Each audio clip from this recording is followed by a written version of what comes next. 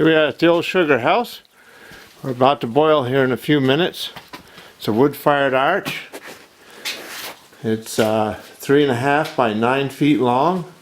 Raised flue with reverse piping, so I can reverse flow in the front pans without taking anything off. It has 2 float boxes, one for the front, one for the back. 3 different channels. The flues in each channel. And 4 channels in the front. So I've opened the smokestack. I'm about to throw some wood in and get started. Well, we've established the boil. Things have gotten started here. It's pretty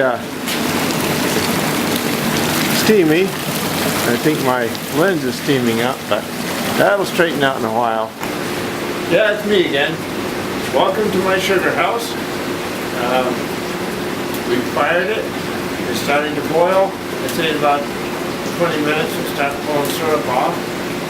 I've got about 50 acres of maple. I only cut 400 trees because they're getting old. It takes me about 4 hours to boil, and I usually get about 6 gallons. Some days it takes up to 8 hours. I get 10 to 12 gallons. If it's a good season, I'll make 100 gallons.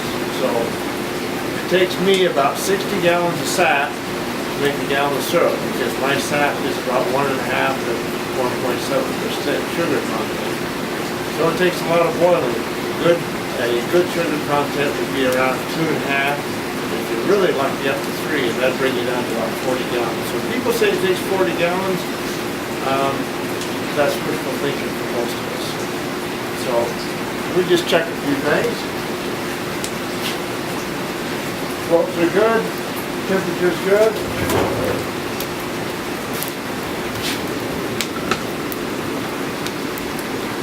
There's the fire, looking good.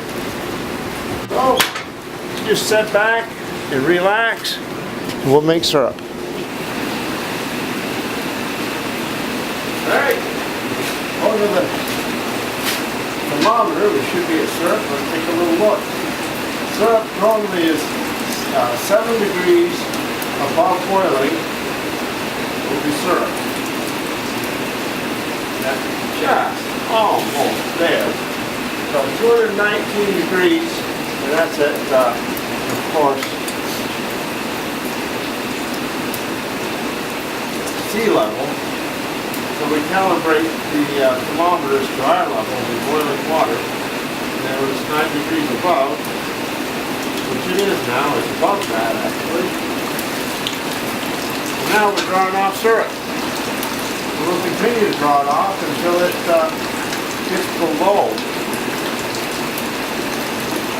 syrup. We'll use a hydrometer which measures the density at a particular temperature. In this case it's 211 degrees. This is coming out a lot higher than 211, but that's the minimum that we can say that it's syrup to get the proper consistency. So when you put it on your pancake, it doesn't run all over the table.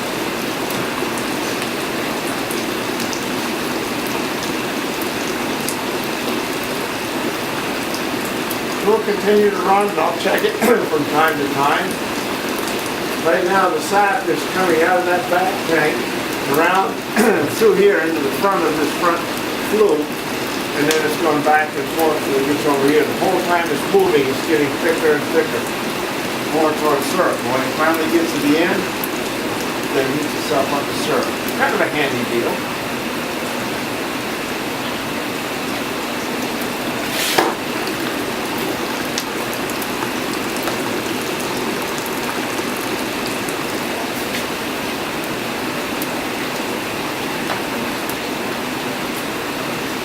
First draw can be kind of intense. It's very easy to burn the pans. The only thing that keeps the pans from burning is the fact that they have liquid in them. No liquid, it burns. And if it gets too hot or too thick, it will actually turn to candy. The candy is not liquid.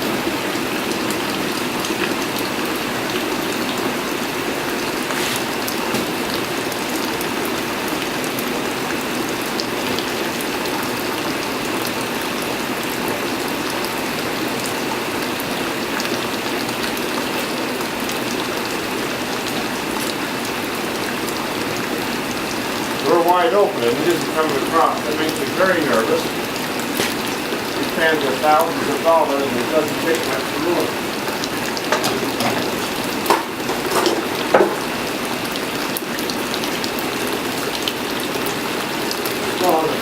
The smoke, the steam for any smell of burnt. If there is, I'll put some sap right into it, cold sap, and cool it down.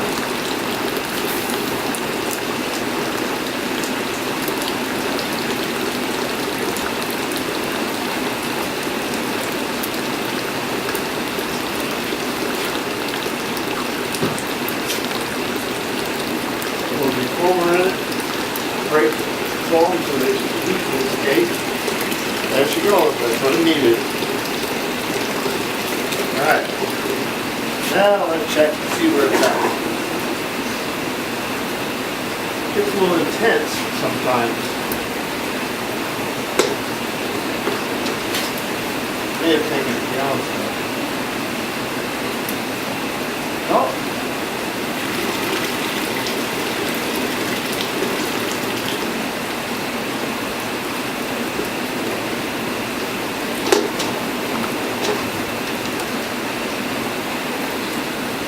Very dark stuff. That's what people seem to like nowadays. It's perfect. It's exactly so. So rinse this out in the back pan.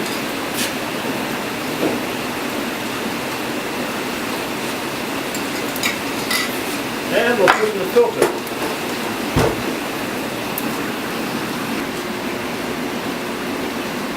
So this is what they call a gravity filter heater canner.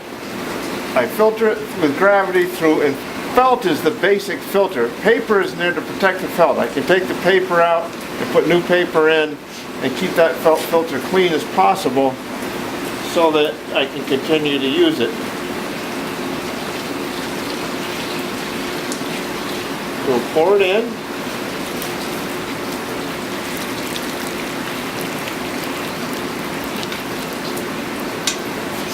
And then we wait. The gravity will pull it through those filters.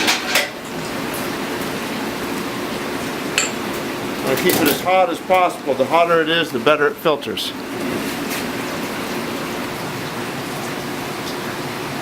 Well, it's time to fire. We fire about every 12 minutes.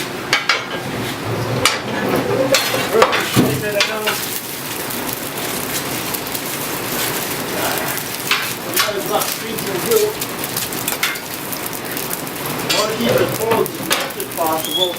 Keep as much heat in there as they can. So I'll throw it in between putting wood in.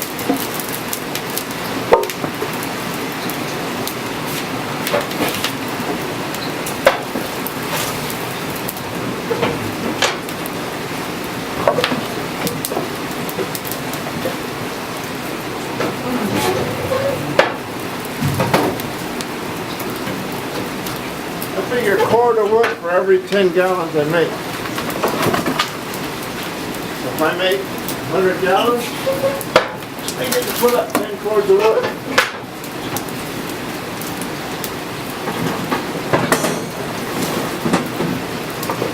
And if you've ever put up 10 quarts of wood,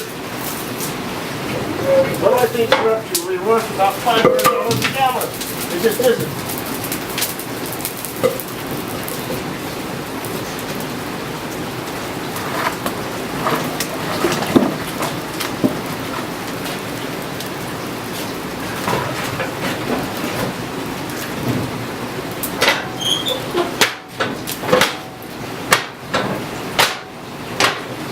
Don't get so hot, these doors will turn just cherry red before this is over. So that's firing it. It's boiling so hard you just can't even see down inside to see the actual boil taking place. Sometimes late in the day, once everything is really warmed up in the sugar house, you can. But I just want to show you real quick. These are the float boxes. If you look real careful right there, now it's so steamy, my lid's just steamed up.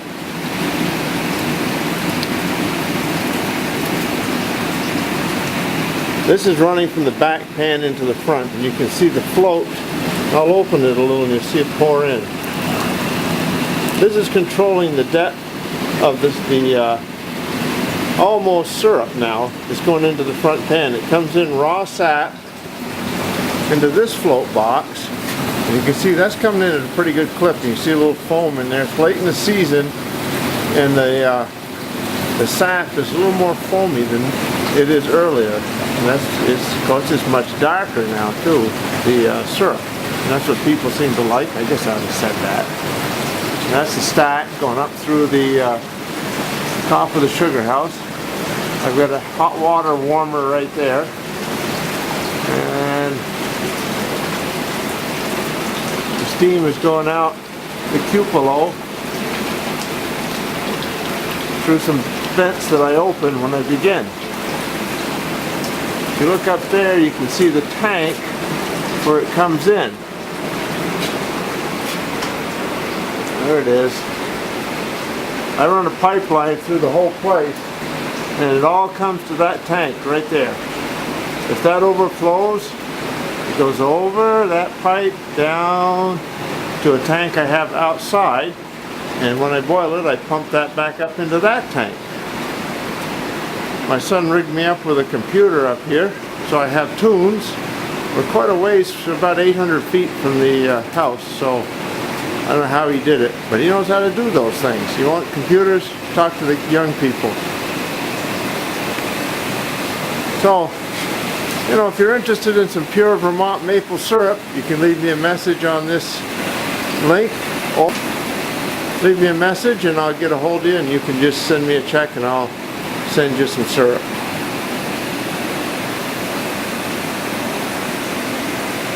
We make it the old-fashioned way. We don't use any reverse osmosis. We heat with wood, filter with gravity, almost the way the Indians did it. Now we can see the boil. This is the front pan. If you look on my right, that's the newest sap coming in. That's almost syrup. It's working its way across. You can see the change in the bubbles. And over in this last flue, that's darn near syrup, and it may in fact be syrup. I gotta go check. This is the back pan boiling. I've actually slowed the boil down so you can see it. I'm going to speed it back up. I actually force air draft in under the fire to speed the boil up and to cool the grapes, because they get so hot in there they bend. Now she's cooking.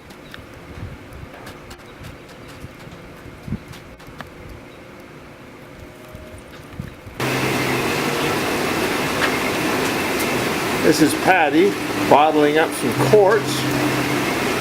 See how intense she is, how serious she is. She doesn't want to overflow it. See how she does. We'll zoom right in. Oh, she's doing a fine job. We bottle it at 190 degrees, so there's no bacteria. And it should come to you nice and fresh.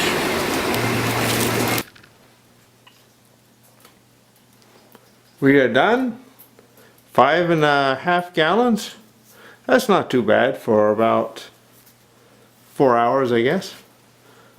So there you have it. Making of maple syrup.